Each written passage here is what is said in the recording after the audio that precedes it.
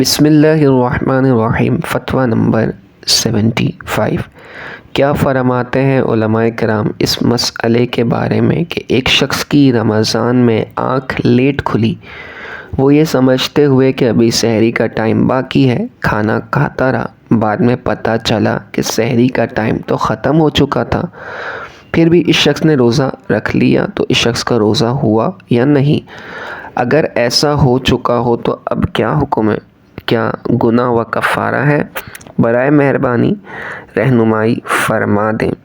جواب: صورت مسئولہ میں اس کا روزہ نہیں ہوا، یعنی سوال کی گئی صورت میں اس کا روزہ نہیں ہوا، اس پر اس دن کے روزے کی قضا رکھنا فرض ہے، یعنی اس روزے کے بدلے میں ایک روزہ رکھنا پڑے گا، لیکن کوئی کفارہ نہیں، اور چونکہ خطاً ایسا، غلطی سے ایسا ہوا ہے، اس لیے گناہ بھی نہیں ہے۔ یاد رہے کہ ایسی صورت میں اگرچہ روزہ نہیں ہوتا، لیکن بقیہ یعنی پورا باقی سارا دن روزے دار کی طرح رہنا واجب ہے۔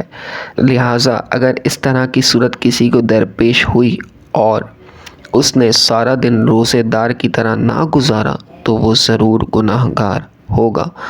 واللہ اعلم ورسولہ اعلم عز وجل، وصلی اللہ تعالی علیہ وآلہ وسلم۔ صلوا علی الحبیب صلی اللہ تعالی علی محمد صلی اللہ علیہ وسلم۔